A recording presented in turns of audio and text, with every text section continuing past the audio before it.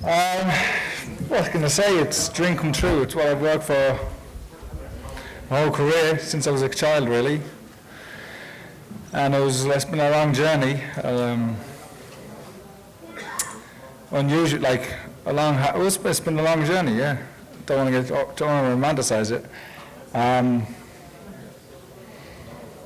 But I never lost faith in myself, or never lost that vision to be world champion. I always said I would be world champion. I knew in my heart that I would be world champion.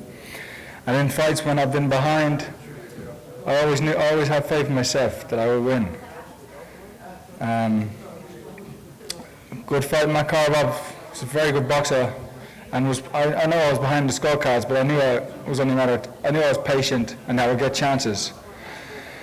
And I'd like to thank Adam Booth, my coach and my manager.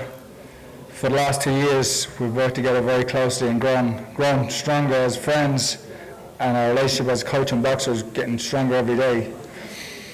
And I wouldn't be here without Adam.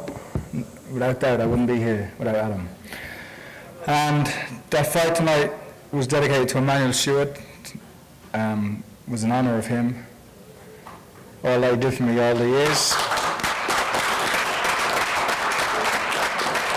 And I know he's looking down at me now. He's happy now that finally I couldn't win the fight against Chavez, and I know that hurt him.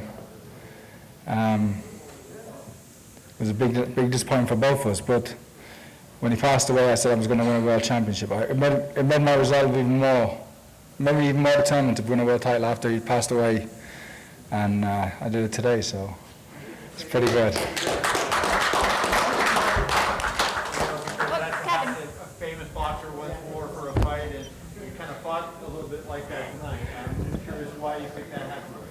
Just a tip. It's a tip of the hat to Marvin Hagler. He's one of my favorite. We watch all those fights, especially from that era, and we're Top Rank being the promoter here in Las Vegas. It was just a nice little, give me a little edge, you know. Yeah. But anyway. And then the second question to ask you is, you're fighting with John Jackson. I mean, you got that big knockout. You got the big knockout tonight. I mean, obviously there's controversy in the two fights ahead of yours. I mean, do you think that this is the way, for you now, a new type of Andy Lee, a power puncher who's going to be able to start taking guys out? I can always punch, and I know that. I've always been able to punch since, not since I was a kid, but Emmanuel developed the power when I turned professional, and I learned how to punch in the Kronk gym. And it's not something I want to rely on, or be a Toro Gatti style blood and guts fighter. I want to be a boxer. That's what when I'm at my best, I'm a technical boxer, but I always know that if I'm in the trench or I'm behind, I always know I can punch or knock somebody out. So Watson was sitting there watching you tonight. Is that a guy that you look at now that you have the belt to fight him? I'll fight anybody. I have no fear of any man out there, and I'll fight him. Yeah, I'll fight him. Okay, Andy, congratulations. I have a two-part question. So, you were down 50-45 after the fifth round on two scorecards. Did it seem at some point there was a sense of urgency for you at some point in the fight? And did it seem like deja vu compared to the Jackson fight in June to now? Did some sense of deja vu come into play in your head? I thought it may have been a round or two down, in the fight, but I could see he was slowing down. I knew he was dangerous and at his best in the first half of all these fights. I'd watched all these fights and knew that was a pattern. And I could see he was slowing down. His feet weren't as crisp, and he was breathing a little heavy. And I was picking up my activity. And we were exchanging shots, punches, and even the ones that were missing, we both knew there was serious intent on our punches. I felt his power, and he felt my power sometimes. And so he was cautious, and so was I. And that's why the fight was kind of fought at a slow pace for a while. But I knew it was only a matter of time before we trade. And I heard him I think in the third round with a left hand. And I knew he'd felt it, and I knew it was only a matter of time. Andy, congratulations on joining the likes of Steve Collins and winning that belt.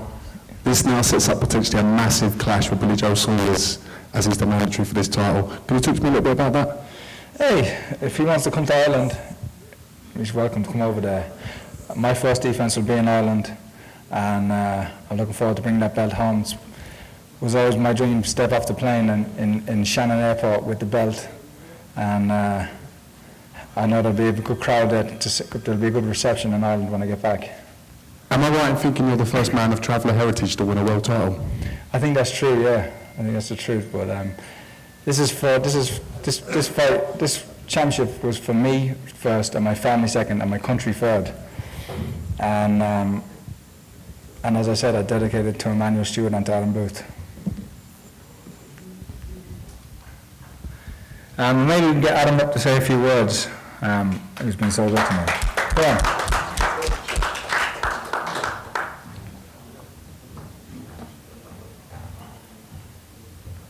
I prefer to be asked questions rather than just talk. I get emotional after things like this. I've been fortunate enough to train world cruiserweight and world heavyweight champion, but tonight was the most special thing I've experienced in boxing.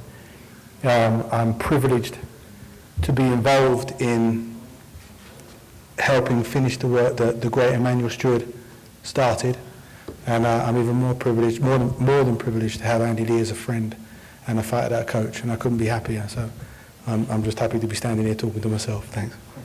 Adam, I know every victory is different, but how does this compare to David Hayes' win against Valuev? If I'm honest, this is the best. Like I just said, this is the best thing I've experienced in boxing. If I could take the time to figure out why, I'll give you the answer. Can't figure out why, but what I know is that this is very, very special. Thank you.